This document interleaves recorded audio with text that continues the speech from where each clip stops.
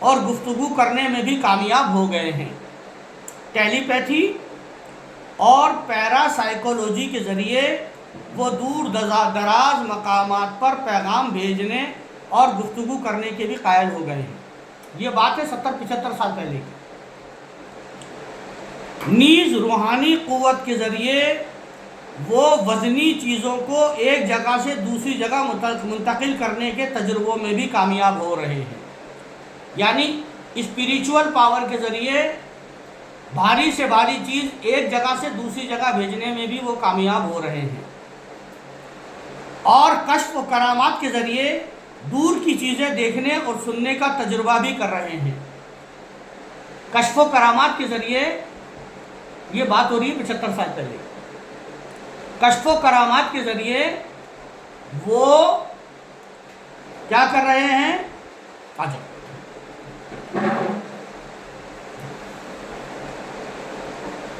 دوسری جو کشف و کرامات کے ذریعے وہ روحانی قوت کے ذریعے وزنی چیزیں ایک جگہ سے دوسری جگہ ٹرانسفر کرنے میں، اس کے تجربے میں ایکسپیریمنٹ میں کامیاب ہو گئے ہیں، اور کشف و کرامات کے ذریعے دور کی چیزیں دیکھنے اور سننے کا تجربہ بھی کر رہے ہیں۔ نہیں سمجھ رہے ہو؟ سائنس جو ترقی کی ہے اس نے اسلامک صوفیزم کے کشف و کرامات کے ذریعے کی۔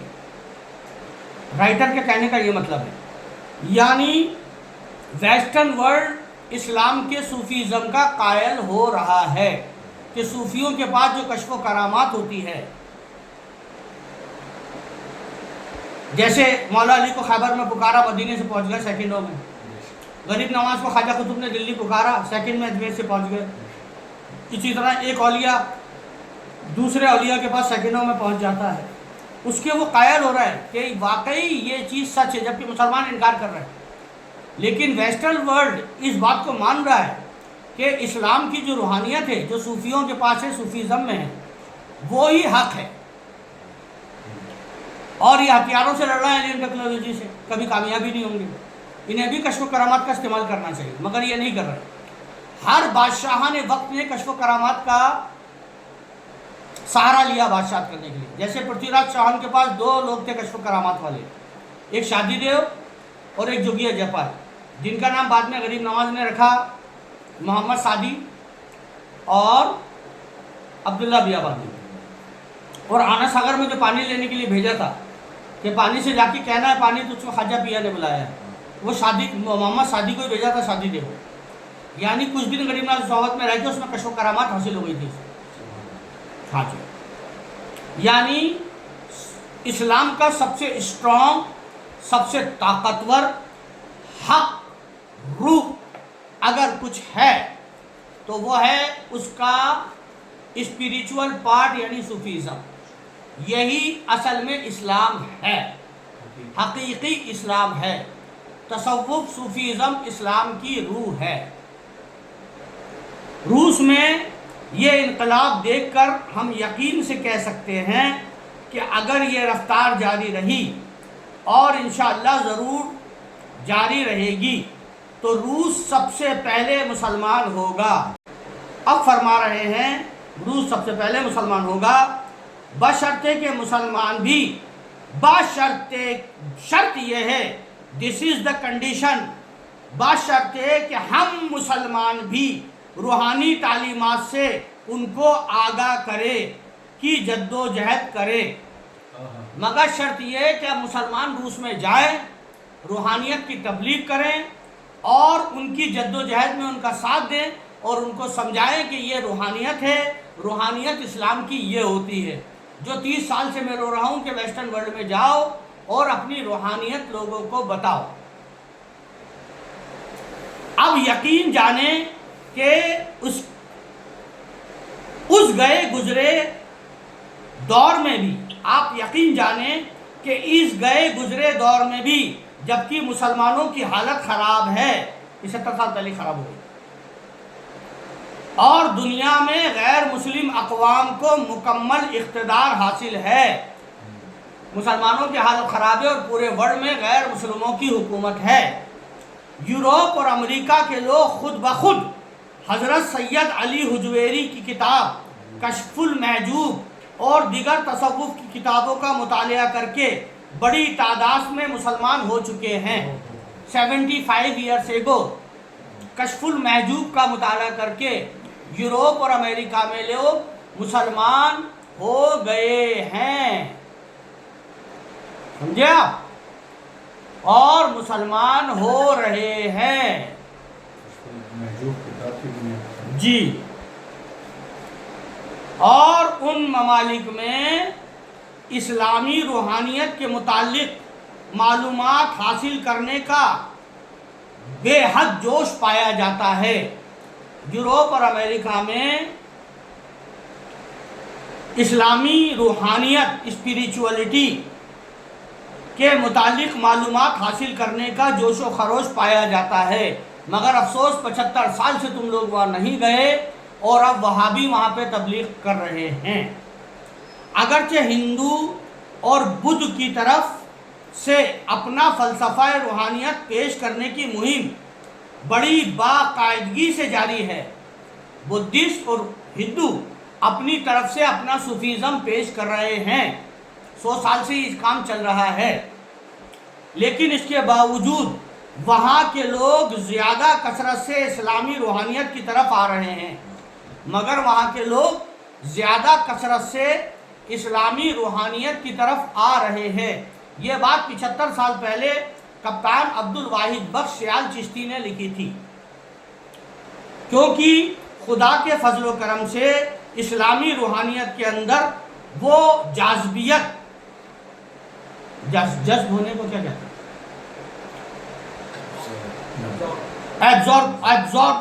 ایبزوربنگ کوالٹی، اسلامی روحانیت کے اندر وہ ایبزوربنگ کوالٹی اور وہ بلندی ہے کہ باقی مذہب کے لوگ روحانی فیصلے اس کی گرد کو بھی نہیں چھو سکتے۔ یعنی اسلامی روحانیت یا اسلامی فلسفی آف صوفیزم میں وہ طاقت ہے کہ بدھسٹ ہوں، ہندو ہوں، کرسچن ہوں، جوئش ہوں، وہ اسلامی روحانیت، اسلامی صوفیزم کے گرد کو بھی، یعنی اس کی دھول کو بھی نہیں چھو سکتے۔ لہٰذا یہ کام مشکل نہیں بلکہ بہت آسان ہے کہ خدا کے فضل و کرم سے مسلمانوں کے پاس اس کام کو کرنے کے لیے ذرائع بھی موجود ہیں اور مطلوبہ قابلیت بھی موجود ہے، کسی چیز کی کمی نہیں ہے، مگر یوروپ امریکہ نہیں جا رہے ہیں۔ اگر کمی ہے تو صرف ہمت اور تنظیم کی، یعنی کریج اینڈ کوارڈینیشن کی، کریج اینڈ کوارڈینیشن کی ضرورت ہے، اور اللہ تعالیٰ کی مہربانی سے یہ کبھی بھی پوری ہو سکتی ہے۔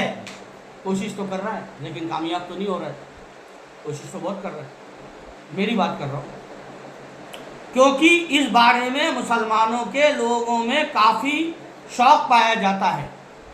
آج سے 75 سال پہلے کافی شوق پایا جاتا تھا تصوف کے بارے میں، یہ 75 سال پہلے کا مقدمہ ہے۔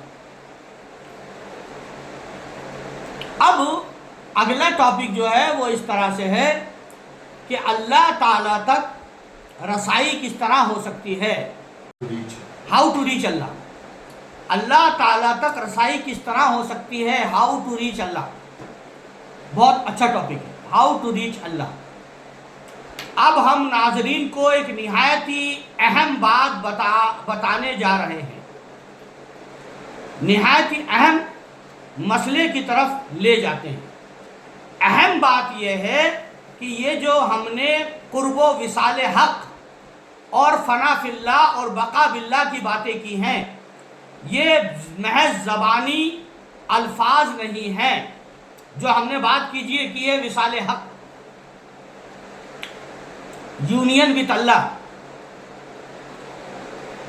فنا فی اللہ، اللہ میں فنا ہو جانا، اور بقا باللہ کی جو باتیں کی ہیں، یہ خالی ورڈ نہیں ہے، یہ خالی الفاظ نہیں ہیں۔ تو دوستو یہ خالی زبانی جمع خرچ نہیں ہے میرے دوستو، فنا فی اللہ، بقا باللہ، وصال حق، اور نہ ہی ماضی کے قصے ہیں، اور نہ ہی یہ ہے کہ پہلے کے زمانے میں ہوا کرتا تھا فنا فی اللہ، بقا باللہ، وصال باللہ، یہ کوئی پرانی باتیں بھی نہیں ہیں۔ بلکہ عملی اور قابل حصول چیزیں ہیں. یعنی آپ کوشش کریں تو آپ فنا فی اللہ ہو سکتے ہیں، بقا باللہ ہو سکتے ہیں اور واصل باللہ ہو سکتے ہیں. اور آج بھی اسی آسانی کے ساتھ حاصل کی جا سکتی ہیں. بہت آسانی کے ساتھ آپ فنا فی اللہ ہو سکتے ہیں، بہت آسانی کے ساتھ آپ بقا باللہ ہو سکتے ہیں، بہت آسانی کے ساتھ آپ واصل باللہ ہو سکتے ہیں. یہ رائٹر کہہ رہا ہے. جس طرح کے گزشتہ زمانے میں ہوا کرتے تھے لوگ، بلکہ جو لوگ اپنے آپ کو اس وجہ سے ان منازل کے حصول کے قابل نہیں سمجھتے. کچھ لوگ ایسے ہیں جو کہتے ہیں ہم تو ہو ہی نہیں سکتے، نہ ہم فنا فی اللہ ہو سکتے ہیں، نہ ہم بقا باللہ ہو سکتے ہیں، نہ واصل باللہ ہو سکتے ہیں. ان کے لیے ایک جواب ہے. کیا جواب ہے؟ ان منازل کے حصول کے قابل نہیں سمجھتے ہیں کچھ لوگ اپنے آپ کو، کہ عشق و محبت کی فراوانی کی وجہ سے مجبوراً وہ دوسری لائن اختیار کر چکے ہیں. عشق بہت ہے دل میں، محبت بہت ہے دل میں، تو خدا کے عشق میں نہ پڑھ کے وہ کسی اور کی چیز کے عشق میں پڑ گئے، ہے نا. دوسری لائن انہوں نے اختیار کر چکے ہیں. ان لوگوں کے لیے یہ خوشخبری ہے جن لوگوں کے دلوں میں عشق ہے، محبت ہے، اور وہ محبوباؤں کے چکر میں پڑ گئے ہیں. ان کے لیے خوشخبری ہے. جن کے اندر عشق اور مشق پایا جاتا ہے ان کے لیے ایک خوشخبری ہے. جن کے اندر محبت پائی جاتی ہے اور انہوں نے دوسری لائن پکڑ لی ہے خدا کی لائن سے ہٹ کر، ان کے لیے خوشخبری ہے. ان کے لیے کیا خوشخبری ہے؟ یہی وہ لوگ ہیں جن کو اولیاء اللہ حصول قرب و وصال کے لیے سب سے زیادہ موضوع اور لائن کا بہترین خام مال را مٹیریل تصور کرتے ہیں. جن کے دلوں میں عشق اور مشق پایا جاتا ہے، جو عاشق معشوق ہوتے ہیں، جن کے اندر عشق مجازی پایا جاتا ہے، اولیاء اللہ ان کو بہترین را مٹیریل سمجھتے ہیں اللہ کے عشق کے لیے. بس کانٹا بدلنے کی دیر ہے. محبوبہ سے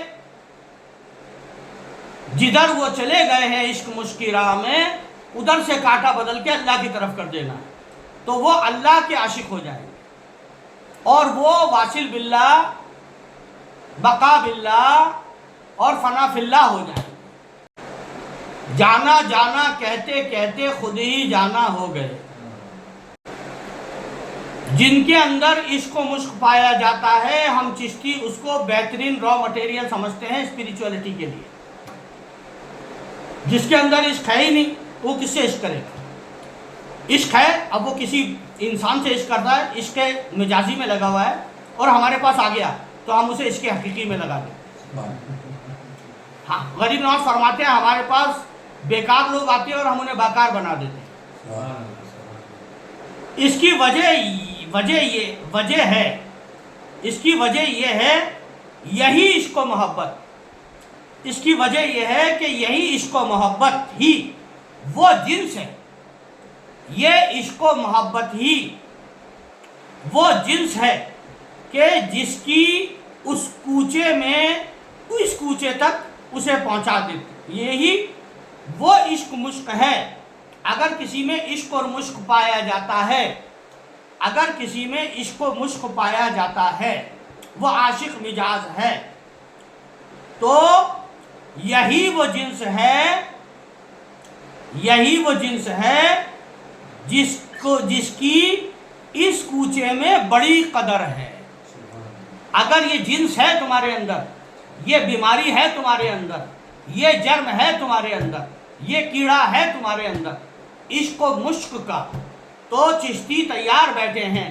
کیونکہ یہی جنس جو آج تم نے کسی محبوبہ کو اپنی محبوبہ بنا رکھا، اس سے پیار کر رہے ہو، جب چشتیوں کے پاس آتے ہو تو تمہاری محبوبہ تمہارا مرشد ہو جاتا ہے اور تم اس کے محبوب ہو جاتے ہو. یہی وہ جنس ہے، یہی وہ را میٹیریل ہے جس کی چشتیوں کے یہاں پر بڑی قدر و منزلت ہے، وہ عشق مشق والے جن کو لوگ لوز کیریکٹر کہتے ہیں، چشتی ان لوگوں کی بڑی عزت، بڑی توقیر، بڑی تکریم کرتے ہیں، جن کے اندر عشق کا جذبہ پایا جاتا ہے، محبت کا عنصر پایا جاتا ہے، وہ ہم چشتیوں کے کام کی چیز ہوتا ہے۔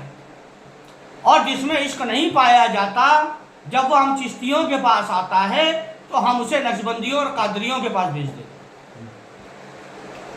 بڑی قدر و منزلت ہے عشق مشق والوں کی، اور یہی وہ اسٹیم ہے، اسٹیم سمجھتے ہو نا، بھاپ، یہی وہ اسٹیم ہے جو ان کو نہایت تیزی سے منزل مقصود تک پہنچا دیتی ہے۔ یہی وہ کاربن ڈائی آکسائڈ ہے، یہی وہ اسٹیم ہے جو راکٹ کی طرح انہیں خدا تک پہنچا دیتی ہے۔ اب کیا ہوا صاحب، بہلول دانا کی بیوی کو جب جنت میں ٹہلتے ہوئے دیکھا ہارون رشید نے اپنی بیوی کو، انہوں نے کہا یار بات تو یہ صحیح تھی، اب وہ جلدی سے بلاؤ بہلول دانا کو۔ چلو بہلول دانا آ گئے، بولے ارے سیڑھیوں سے چڑھنے میں ٹائم لگے گا، ٹوکری اٹکاؤ جلدی اٹھاؤ، مجھے ملنا ہے بہلول دانا سے جلدی۔ تو صاحب انہیں ٹوکری اٹکائی، اوپر اٹھا لیا، جلدی جلدی جلدی لفٹ بنا کے کھینچ لیا۔ بولے یار بہلول دانا ایک بات بتاؤ، چھت پہ چڑھتی پوچھا، بولے تم خدا تک کیسے پہنچ گئے؟ بولا میں نے بہت کوشش کی تیرے محل میں تجھ سے ملنے کی، لیکن تیرے محل والوں نے ملنے نہیں دیا کبھی، کیونکہ میں ملنا چاہتا تھا، اور آج تو نے مجھے سیڑھیوں پہ چڑھنے کی زحمت دی، ٹوکری میں بٹھا کر مجھے اٹھا لیا کیونکہ تو ملنا چاہتا تھا۔ بس خدا مجھ سے چاہتا تھا، اس لیے اس نے مجھے میرے اپنے قریب کر دیا۔ میں لاکھ کوشش کروں خدا نہیں مجھے اپنی طرف، لیکن جب خدا چاہے تو مجھے سیکنڈوں میں اپنی طرف بلا۔ ضرورت صرف کانٹا بدلنے کی ہوتی ہے۔ یہ جو عشق مشق والے ہوتے ہیں ان کو ہم چشتی بہت پسند کرتے ہیں، ضرورت ہوتی ہے صرف کانٹا بدلنے کی، جنہیں لوگ آوارہ، خراب، برا، کیریکٹر لوز کہتے ہیں۔ ہم چشتی ان کے انتظار میں رہتے ہیں کہ یہ آوارہ، یہ مجنون، یہ کیریکٹر لوز ہمارے پاس کب آئے گا، اور مرشد اسے بلاتا ہے اور اس کا کانٹا بدل دیتا ہے۔ تو ضرورت صرف کانٹا بدلنے کی ہوتی ہے۔ ہم لوگ عاشق اور معشوقوں کو ہی پسند کرتے ہیں، عشق مشق والوں کو، جن کو دنیا آوارہ، پراگندہ، خراب، لوز کیریکٹر، چرترہین کہتے ہیں۔ ہم اس کو اپنی خانقاہ میں کا را مٹیریل مانتے ہیں، اور جب وہ ہماری خانقاہ میں آتا ہے، چونکہ عشق اور مشق تو اس کے اندر ہوتا ہی ہے، ہم اس کا کانٹا بدل کے اسے اللہ کا عاشق بنا دیں۔ آپ کے سامنے ایک ادھارن، ایک ایگزامپل بھی میں نے پیش کر دیا۔ کچھ عرصہ مجاز پر لے جا کر کیا کرتے ہیں، کچھ عرصہ اس کو مجاز پر لے کے جاتے ہیں، یعنی مجازی عشق پر، کس کو، عاشق معشوق کو، جو ہماری خانقاہ میں آتا ہے۔ کچھ عرصہ اسے مجاز پر لے جا کر شیخ کامل اس کا کانٹا حقیقت کی لائن پر بدل دیتے ہیں۔ چل بیٹا واللہ کا عاشق ہو جا، کچھ دن عشق مجاز پہ رکھ کے پھر اس کا کانٹا بدل کر عشق حقیقی پہ لے جاتے ہیں۔ اور عاشق صادق اس تیزی سے منازلیں طے کرتا ہے، منزلیں طے کرتا ہے، یہ عاشق اس طرح سے منزلیں طے کرتا ہے کہ عبادات مجاہدات والے حضرات منہ دیکھتے رہ جاتے ہیں، جو ساری رات جا نماز پہ کھڑے ہیں، سارا دن روزے سے ہیں، سارا دن تسبیح تحلیل تلاوت کرتے رہتے ہیں، اور یہ عاشق آیا، یہ آوارہ آیا، یہ کیریکٹر لوز آیا، یہ دنیا کی نظر میں گندا پراگندہ خانقاہ میں آیا، اور پیر نے کیا کیا، ایسے ترقی کروائی اس کو کہ وہ سیدھا واصل باللہ ہو گیا، خدا کے دیدار سے مشرف ہو گیا، اور یہ عبادت کرنے والے عابد منہ تکتے رہ گئے، اور یہ بندہ کامل بن گیا۔ یہ 100 سال تک جائے نماز پہ کھڑے رہے، اور یہ 2 سال میں خدا کو پا گیا۔ اس کی وجہ کیا تھی؟ اس کے اندر پیٹرول تھا. جیسا میں ہمیشہ کہتا ہوں میرے پاس جو آتے ہیں اگر ان کے دل میں پیٹرول ہے تو میرے پاس ایک ماچس رکھی ہے. میں کیا کرتا ہوں وہ ماچس اس کے سینے میں ڈال دیتا ہوں. پیٹرول تو پہلے سے ہوتا ہے, آگ لگ جاتی ہے. اور اگر پانی ہے اندر تو میں پوری ماچس جلا کے اس کے سینے میں ڈال دوں, اس کے آگ نہیں لگے گی, پھر وہ میرے پاس نہیں ٹکتا. وہ مجھے سلام کر لیتا ہے, میں اس کو سلام کر لیتا ہوں. یہ عبادت اور مجاہدے والے منہ دیکھتے رہ جاتے ہیں. اور کیوں منہ دیکھتے رہ جاتے ہیں عاشق کا؟ یہ عشق مشق والے حضرات جب شیخ کامل کے پاس آتے ہیں تو شیخ کامل کانٹا حقیقت کی لائن پر بدل دیتے ہیں, اور عاشق صادق اتنی تیزی سے منازلیں طے کرتا ہے کہ عبادات مجاہدات والے حضرات منہ دیکھتے رہ جاتے ہیں. کیونکہ غیر اللہ کا جنگل جو انسان کے قلب میں جاری ہوتا ہے اس کو صاف کرنے کے دو طریقے ہیں. آدمی کے سینے میں ایک بہت ہی بڑا جنگل ہے, اس کو کہتے ہیں غیر اللہ کا جنگل.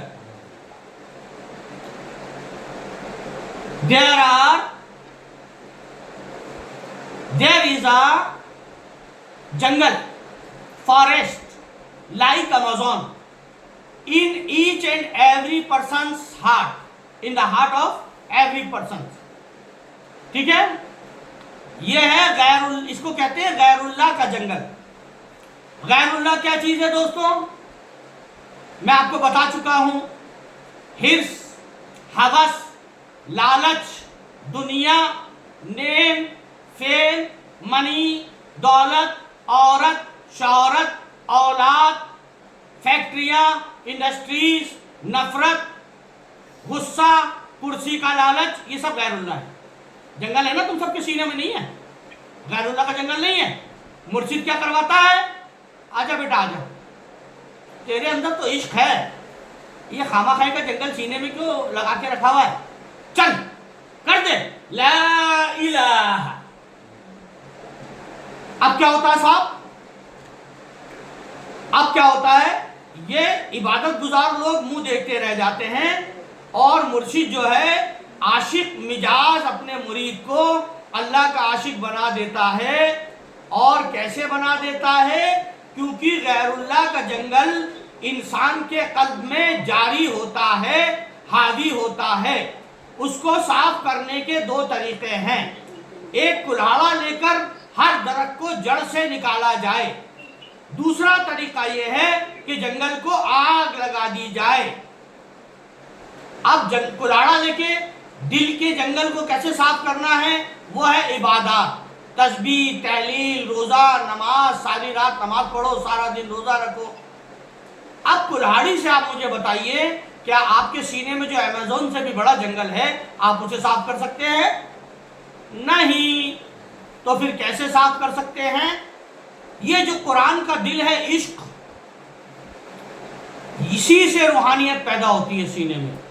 اور یہی وہ عشق, وہ آگ ہے جو مرید کے دل میں مرشد لگا دیتا ہے, اور آن کے آن میں وہ دل کا جنگل صاف ہو جاتا ہے.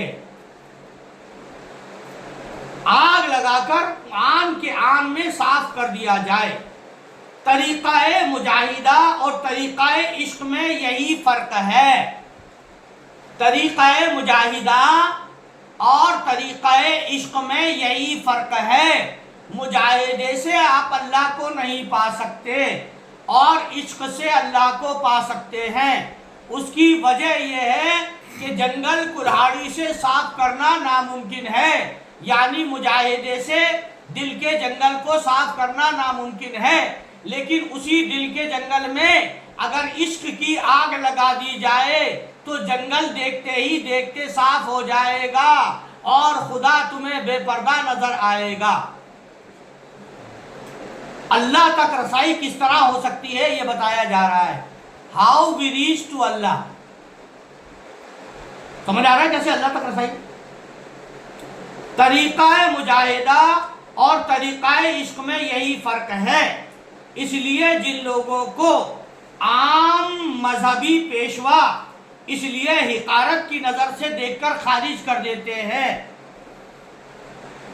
کہ یہ عاشق اور معشوق ہے، آوارہ ہے، پرا گندہ ہے، خراب ہے، لوز کیریکٹر ہے، مجاہدہ اور طریقہ عشق میں یہی فرق ہے، اس لیے جن لوگوں کو عام مذہبی پیشوا یعنی مولوی ملا اس لیے حقارت کی نظر سے دیکھتے ہیں، تچھ نظروں سے دیکھتے ہیں، مید نظروں سے دیکھ کر خارج کر دیتے ہیں، از بحث قرار دیتے ہیں کہ یہ بکواس ہیں، کہ ان کی طبیعت میں عشق و مشق بھرا ہوا ہے، یہ بہت گندے اور خراب لوگ ہیں، جن کو ملا یہ کہہ کر ریجیکٹ کر دیتے ہیں، ہم صوفی ان کا اپنی خانقاہوں میں انتظار کرتے ہیں ان خراب لوگوں کا۔ جب یہ خراب لوگ ہماری خانقاہوں میں آتے ہیں تو یہ اولیاء ہو جاتے ہیں، از حد قرار دیتے ہیں، ان کی طبیعت میں عشق اور مشق بھرا ہوا ہوتا ہے، اس لیے حضرات اہل اللہ جن کو ملا ریجیکٹ کر دیتے ہیں عشق و مشق والوں کو، ہم حضرات اہل اللہ، کیونکہ ملا ہوتا ہے غیر اللہ اور صوفی ہوتا ہے اہل اللہ، یہ جو ہے عشق مشق والوں کو بھگا دیتے ہیں کہ ان کی طبیعت میں عشق مشق بھرا ہوا ہے۔ حضرات اہل اللہ، حضرات اہل اللہ ان کو سب سے زیادہ پسند فرماتے ہیں، ہم حضرات اہل اللہ ان کو سب سے زیادہ پسند فرماتے ہیں، کیونکہ درد بڑی دولت ہے۔ کیا کہا تھا رسول اللہ نے جب درد بڑھ گیا تو؟ یا اللہ تو محمد کو پیدا نہ کرتا۔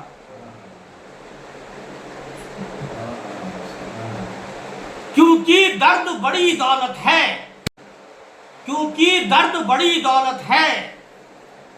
حضرت شیخ فرید الدین عطار رحمت اللہ لکھتے ہیں، درد حاصل کن کے درما درد تست، درد دو عالم وارد جان درد دست، کفر کافرارا دین دین دارارا، کفر کافرارا دین دین دارارا، ذرہ درد دل اتارارا، کفر کافرارا دین دین دارارا، ذرہ درد دل اتارارا،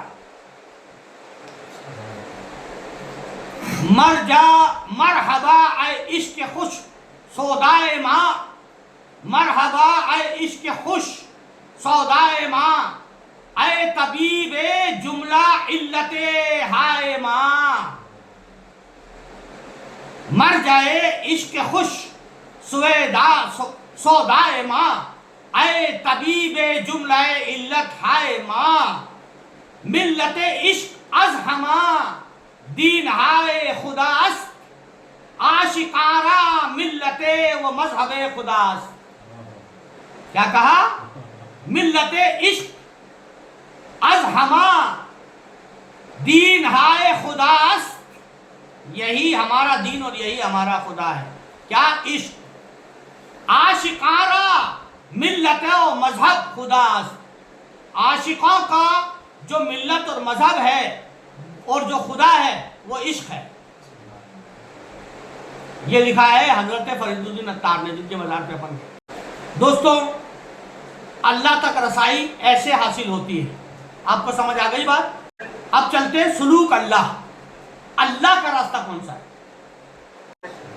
اللہ کا راستہ اولیاء کرام نے حق تعالی تک رسائی حاصل کرنے کے لیے جو کورس مقرر کیا ہے، جو سلیبس مقرر کیا ہے اللہ تک پہنچنے کے لیے، جیسے میں نے یہاں پہ سلیبس بنایا ہے غریب نواز تک پہنچنے کے لیے، ہے نا، خادموں کے لیے بنایا نا۔ اولیاء کرام نے حق تعالی تک رسائی حاصل کرنے کے لیے، اللہ تک پہنچنے کے لیے جو کورس مقرر کیا ہے، جو سلیبس مقرر کیا ہے، اسے سلوک اللہ کہتے ہیں۔ اس کورس میں اسلام کی تمام عبادات یعنی روزہ، حج، زکوٰۃ، تلاوت وغیرہ کے علاوہ کچھ زائد کام کرنے پڑتے ہیں تاکہ یہ روحانی سفر جلدی طے ہو جائے۔ یہ زائد کام کون کون سے زیادہ؟ یہ زائد کام اوراد، ورد، وظائف، وظیفے، اذکار، ذکر، مشاغل، مشغلے اور مراقبات، میڈیٹیشن پر مشتمل ہیں۔ ٹھیک ہے؟ جس سے جلدی تزکیہ نفس ہو جاتا ہے، جس سے جلدی تزکیہ نفس ہو جاتا ہے، یعنی عبادت فریضہ کے بعد کچھ ذکر کرنے ہیں، کچھ وظیفے کرنے ہیں، کچھ اوراد کرنے ہیں، کچھ وظیفے کرنے ہیں، کچھ ذکر کرنے ہیں، کچھ مشغلے کرنے ہیں اور کچھ میڈیٹیشن کرنے ہیں، کچھ تفکر کرنا ہے تاکہ جلدی سے تزکیہ حاصل ہو جائے، یعنی آپ کی نفس پاک ہو جائے۔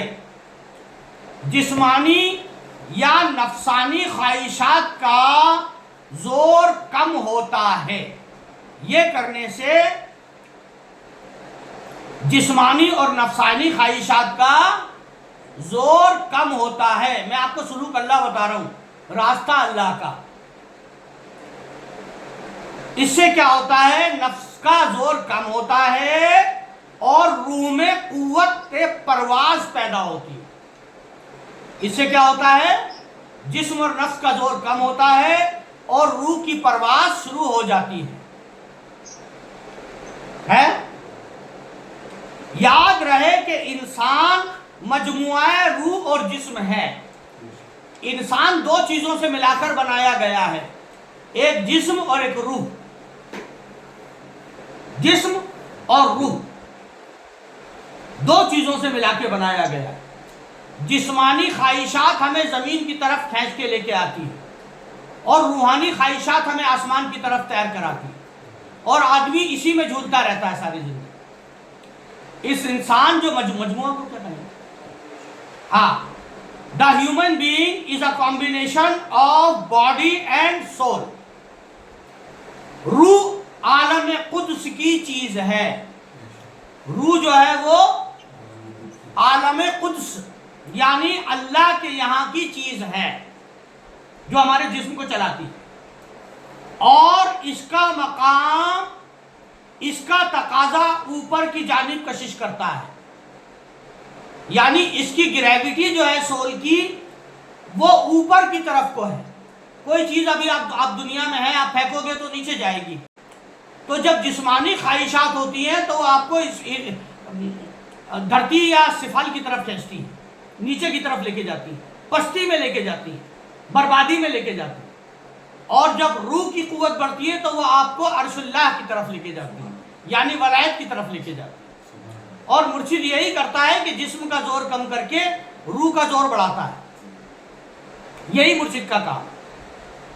روح عالم قدس کی چیز ہے، یعنی اللہ کے یہاں کی چیز ہے، اور اس کا تقاضا اوپر کی جانب کشش کرتا ہے، اس کی گریویٹی آسمان ہے۔ اس کے برعکس، اس کے اپوزٹ، جسم عالم ناسوت کی چیز ہے، یعنی اس دھرتی کی چیز ہے، آگ، پانی، ہوا، مٹی، اور سفلی یعنی نیچے کی طرف کشش کرتی ہے۔ اس کی گریویٹی زمین ہے، آپ کو پستی کی طرف لے کے جاتی ہے، گناہ کی طرف لے کے جاتی ہے، معصیت کی طرف لے کے جاتی ہے، اچھاؤں کی طرف لے کے جاتی ہے، مزے کی طرف لے کے جاتی ہے، کھیلنے کودنے کی طرف لے کے جاتی ہے، شاپنگ کرنے اور مارکیٹوں میں لے جانے کی طرف جاتی ہے، باغوں میں گھومنے کی طرف لے کے جاتی ہے، لیکن روح خدا کے دیدار کی طرف لے کے جاتی ہے۔ انسان ان دونوں چیزوں سے مل کے بنا ہے، تو کبھی تو روحانی طاقت بڑھتی ہے تو وہ آسمان کی طرف مائل ہوتا ہے، یعنی اس کے اندر اچھی اچھی جذبات پیدا ہوتے ہیں، اور جب شیطان اس کے اندر گھستا ہے تو اس کو دنیا کی چیزیں بڑی پیاری نظر آنے لگتی ہیں۔ تو جسم اور روح جو ہے،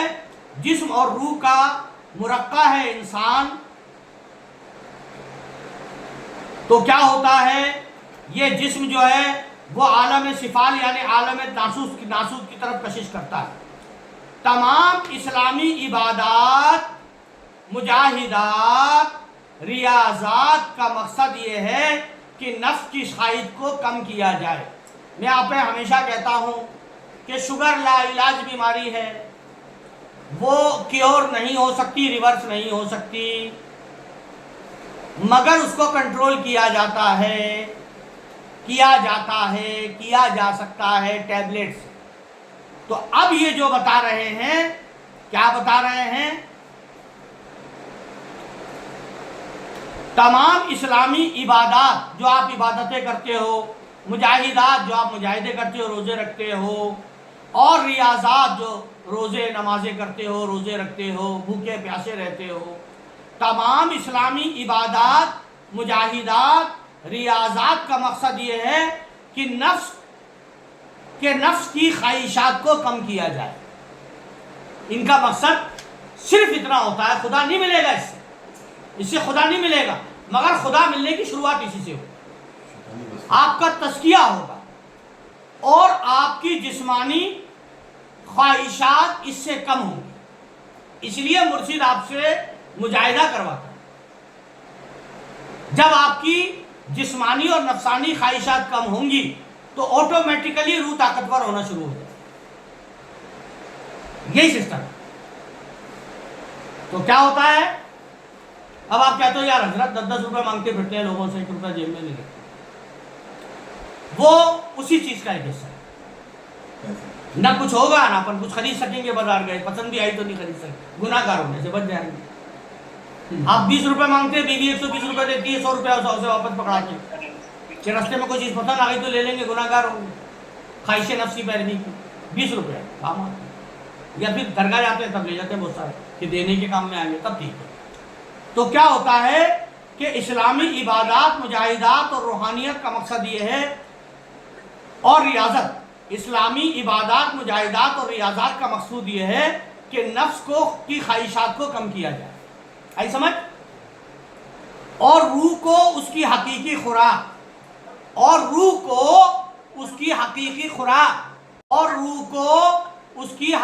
خوراک، real food, the real food of civil, اور روح کو اس کی حقیقی خوراک یعنی ذکر اللہ سے قوی کر کے، یعنی اللہ کے ذکر سے طاقتور کر کے اس کے اندر قوت پرواز پیدا کی جائے۔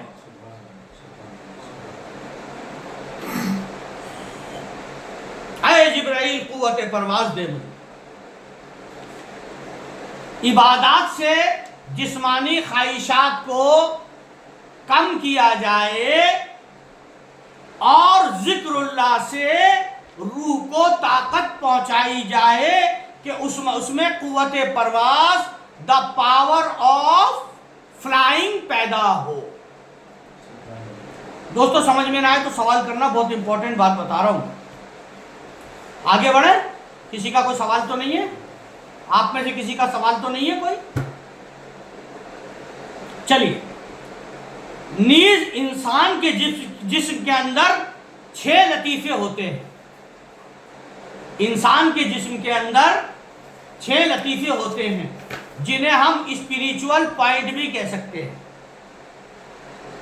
6 لطیفے ہوتے ہیں یا روحانی مرکز ہیں، انہیں ہم اسپریچول سینٹر بھی کہہ سکتے ہیں، ہے نا؟ جن پر ذکر اللہ کی ضرب لگا کر ان کو زندہ کیا جاتا ہے۔ یہ جو 6 لطیفے ہوتے ہیں، ان پر ہم اللہ کے نام کی ضرب لگا کر انہیں زندہ کرتے ہیں، یعنی لا الہ الا اللہ یا اللہ، ہے نا؟ یہ 6 لطیفے کہاں ہیں؟ 4 انگل بلو دا نیول، نفس لطیفہ۔